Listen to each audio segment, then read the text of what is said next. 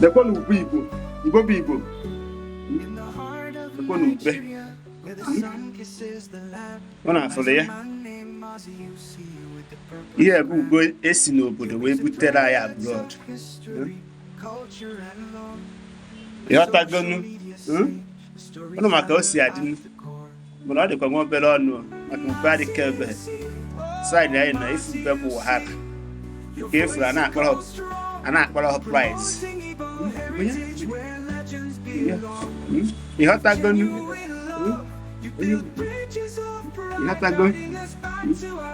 Were ọrụ nwere mmanwụ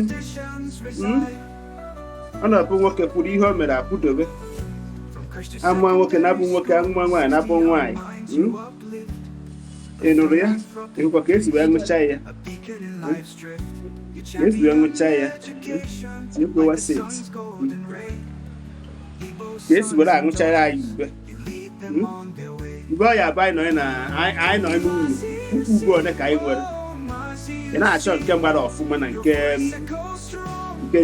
jiri ọfụma mana esigolo ihe abroad na-eme ifu ube ọ bụ wahara. Ịghọtagonu? Ụmụnne m asị ejebesi kara eze anaghị kara eze asị nka nkakpọrọ ụlọ maka ọtụtụ ndị be anyị nwere mkpụrụ osisi amụ ha dị valụ nye ibutezie ya abroad ka ya agwa ha ego na ọ na-achị.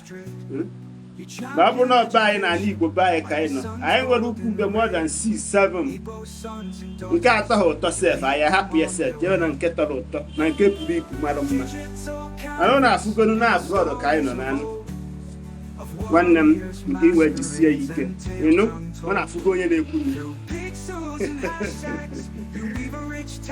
anyị nọ inside business n'ọnọdụ azụmahịa ka anyị nọ mgbe na-agbazara gị ozi ya nwanne m ihe nwere ike imedowe mgbe ife ozi ya nwanne m dị aka na ya shia bọt anyị nwabụ Igbo ga-adị mgbe emesịa